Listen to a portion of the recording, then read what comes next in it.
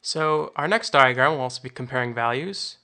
We'll put our values in a dictionary for ease of use. So first we're going to have set a dictionary, data, and we're going to open our dictionary, curly braces, and we're going to say player, and we're going to have the following. So all the following are players.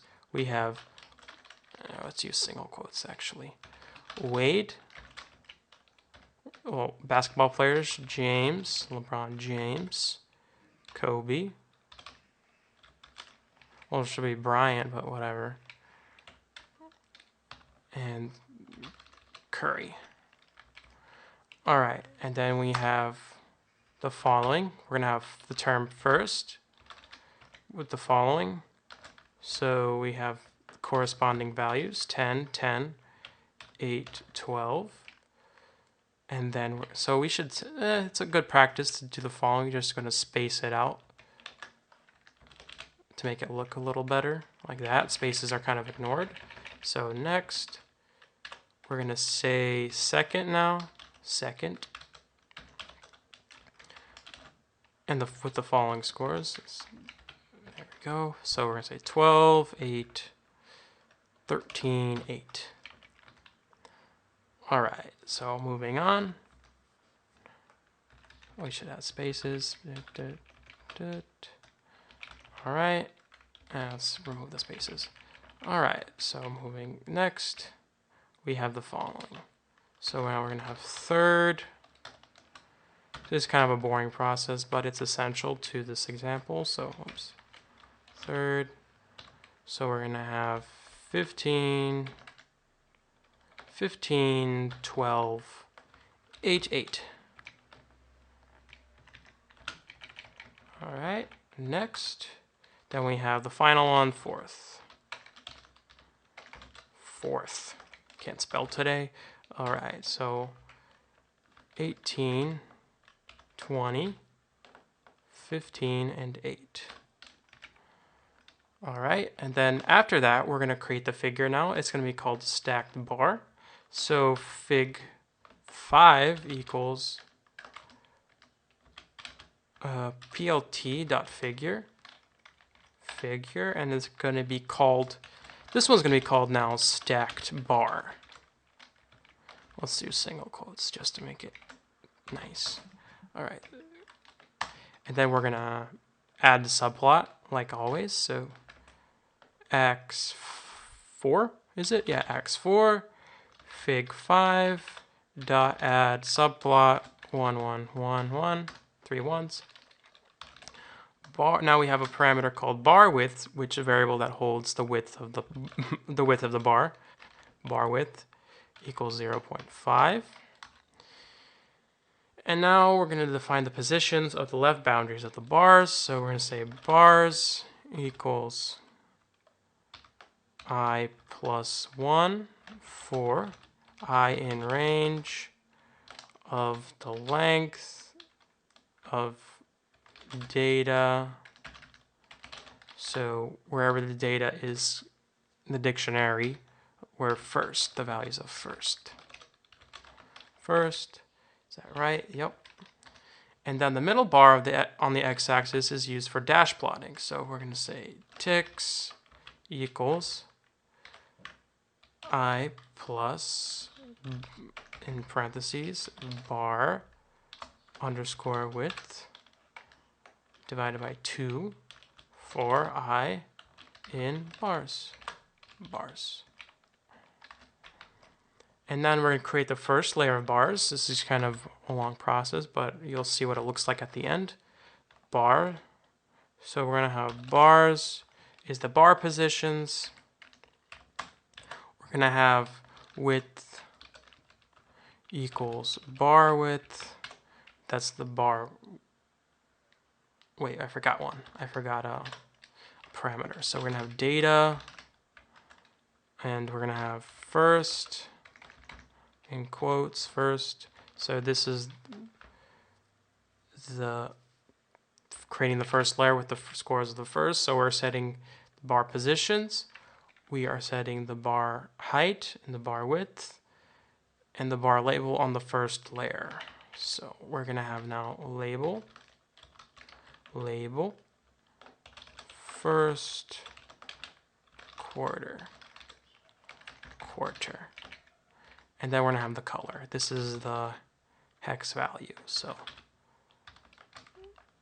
hashtag AA 45439. This is just an example color and hex value. Excuse me. And now we're creating the second layer.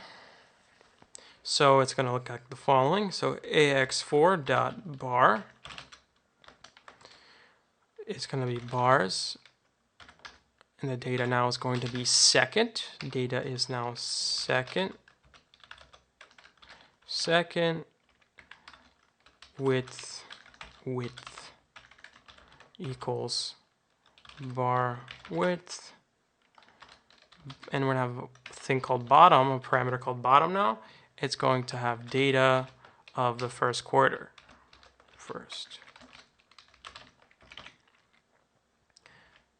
Oops, I forgot the commas here. That's not good. Comma, comma, comma, and comma, comma. This is a long dragged out process. I apologize, but so for example, if the first is 1, 2, and the second is 2, 3, then the first bar on the second layer will go from 1 to 3, and the second bar to the second layer will go from 2 to 5. So this might sound confusing, but just let's just write this out first. So second quarter, and then the color. FFD600 and close. Hold on, let me just check. I don't need this comma here. There's a redundant. Oops, that's not good. There we go. And now we're going to create the third layer of bars. All right, so let's do this.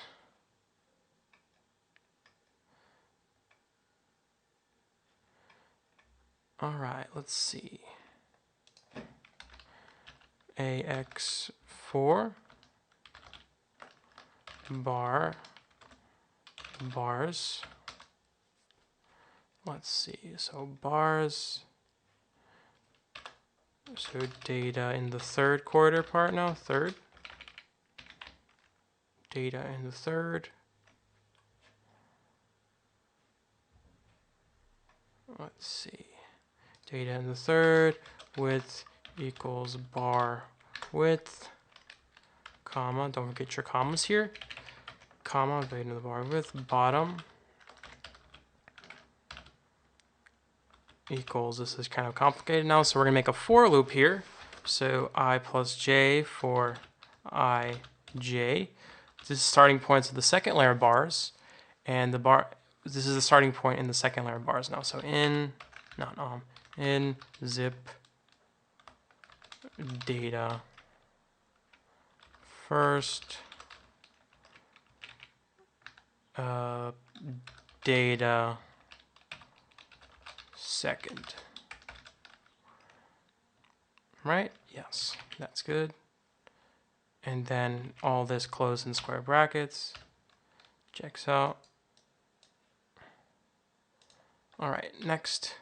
So next we have the label once again. So as you can see, there's a pattern. We have to live with the bottom, label, and color. Label. It's called label equals. Why is it turning green? Yeah, or whatever. Label is now the third quarter. And then finally the color once again equals. Oh, I forgot to close that. Why is there a... Oh, whoops, that's why.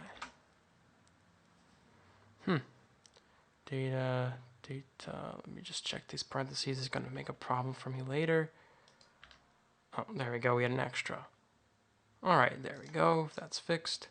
All right, color, we're going to say FF9200. All right. So now we're going to create the fourth layer. This is painful, I know, but we'll see what it's data visualization is, there's a lot of parameters to go through, especially when you're doing comparisons, because you have to do one for every single set of data. So data now for the fourth and final layer. Fourth, I can't type today. Fourth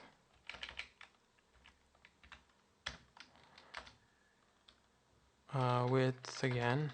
So there's a pattern. You define which set of data you're using from the dictionary, and you do set the bar width, bar positions, the bar height, and the bar width, and then the bottom is going to be bottom equals. Now we're going to have three variables. So we're going to have I plus j plus k. Oops, so we should keep that open in the for loop now. So for I, j, k. So now we have sum of all the previous heights and adding the fourth layer. So this is what happens in this for loop. So I plus j plus k, so the sum for all the values in the following in zip of. So we're going to have in zip, in parentheses, data. So for the first, all the other first, and then we're going to have data in the second. So the sum of all the values from the previous ones, second,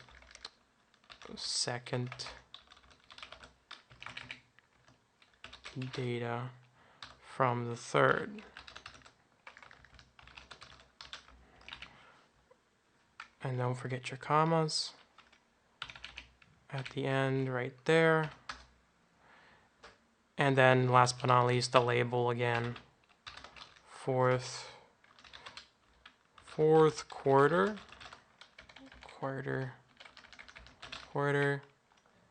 And then color, finally color R.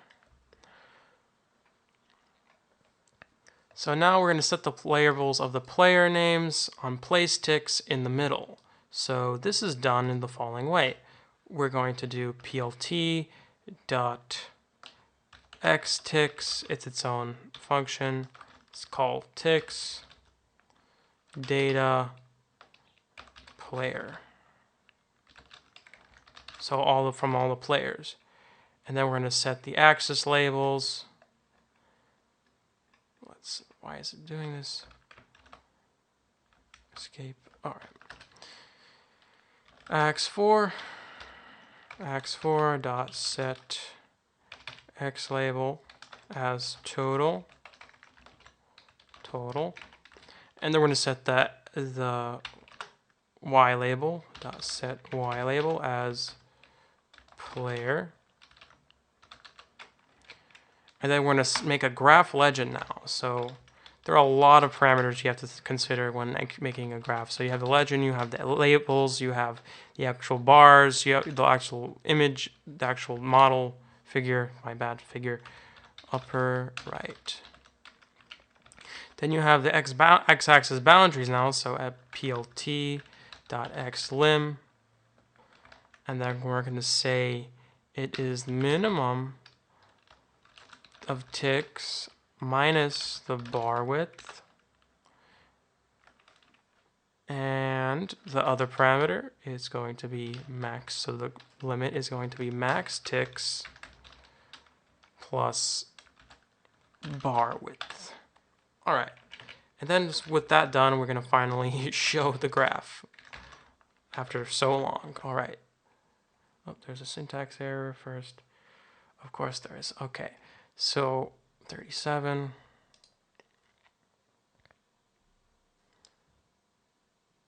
First, what is the invalid syntax? Let me just check. Oh, the comma, of course. And there's another syntax error, so the same thing. Oh, forgot the commas in every single one. See, don't forget your commas. And there's another syntax error, so line 56.